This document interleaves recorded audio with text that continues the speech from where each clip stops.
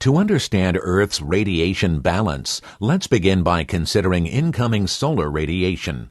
The average solar radiant energy striking the top of the atmosphere is 342 watts per meter squared. For simplicity, we will set this value at 100% and show all gains and losses of energy as a percentage of this incoming solar radiation. Of the incoming solar radiation, 23% is reflected by clouds, aerosols, and atmospheric gases, while 8% is reflected by the surface. The reflected solar radiation makes Earth visible from space. The rest of the solar radiation is absorbed by gases in the atmosphere and absorbed by the surface of Earth. When an object absorbs electromagnetic radiation, it heats up and in turn re-emits electromagnetic radiation, but in much longer, less energetic infrared wavelengths. In this way, a relatively large amount of energy is emitted by Earth's surface, 114% of that which reaches the top of the atmosphere. We shall see shortly how this value can be greater than 100%. Some of the emitted infrared radiation is transmitted straight through the atmosphere and lost to space. However, the rest is absorbed by gases in the atmosphere. These molecules are warmed and then re-radiate photons, many of them back to Earth's surface and to clouds where they are again absorbed.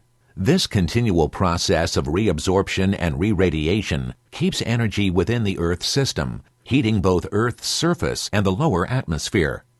Radiant exchange between the surface and the atmosphere explains why the cumulative infrared radiation emitted by the surface exceeds that initially absorbed from the sun, and why Earth's surface averages about 34 degrees Celsius warmer than it would be if there were no atmosphere at all. Ultimately, however, the radiant energy emitted into space does precisely balance the amount of incoming solar radiation that is absorbed. The 69% figure for radiation lost to space equals the 49% plus 20% absorbed by Earth's surface and atmosphere.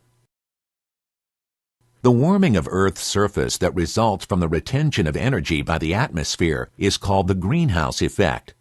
Of all the different gases that make up the atmosphere, only certain greenhouse gases contribute to this effect. These are gases with molecular structures that cause them to strongly absorb radiation in the infrared wavelengths. The greenhouse gases include carbon dioxide, methane, water vapor, and nitrous oxide. The greenhouse effect is a natural effect, but also one that human activities are influencing.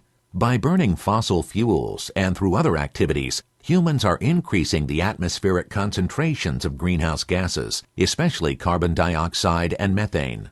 This is increasing the radiant exchange between Earth's surface and lower atmosphere, which raises the temperature of Earth's surface and the lower atmosphere and increases the average altitude from which re-emitted photons escape into space.